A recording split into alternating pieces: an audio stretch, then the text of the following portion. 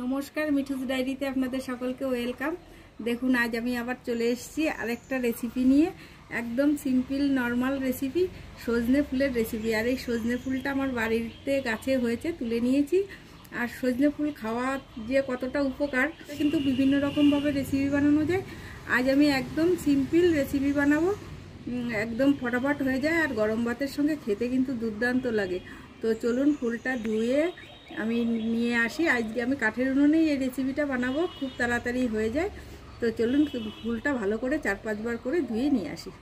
আর আমি রান্নাটা কিন্তু করছি কাঠের উনুনে। এই দেখুন, একদম সীমিত পরিমাণ তেল দেব, 2 চামচ মতো। স্কিপ না করে পুরো ভিডিওটা দেখবেন। আর এই সজনে ফুলটা খাওয়া কিন্তু খুবই উপকার। আর একটুখানি কালো জিরে এই যে আমি ফোড়নে দিচ্ছি।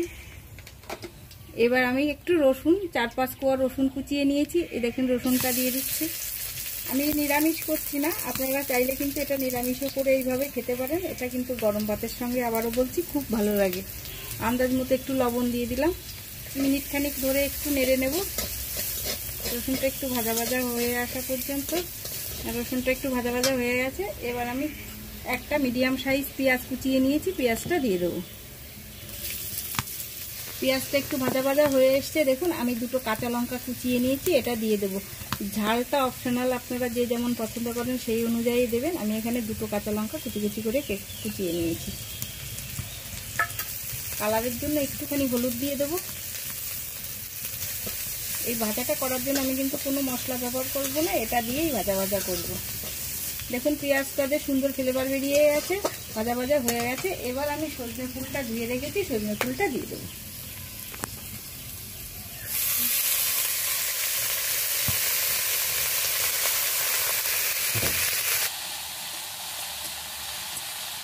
সজনে ফুলটা একটু টিপকু ভাব আসে, একটু টিপকুটি ভাব লাগে, তার জন্য আমি এখানে দেখুন একদমই সীমিত একটু চিনি দিচ্ছি।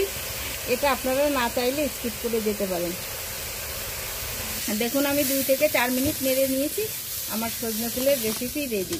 আর আপনাদের যদি এই রেসিপিটা ভালো লাগে অবশ্যই লাইক কমেন্ট শেয়ার করতে ভুলবেন না। আর ফেসবুক থেকে দেখলে আমার পেজটিতে ফলো করে নেওয়ার অনুরোধ রইল। ইউটিউব থেকে দেখলে আমার চ্যানেলটিতে সাবস্ক্রাইব করে নেওয়ার অনুরোধ রইল। আবার দেখা হবে নতুন কোনো রেসিপিতে। আজ এই পর্যন্ত, ভালো থাকবেন, সুস্থ থাকবেন, ধন্যবাদ।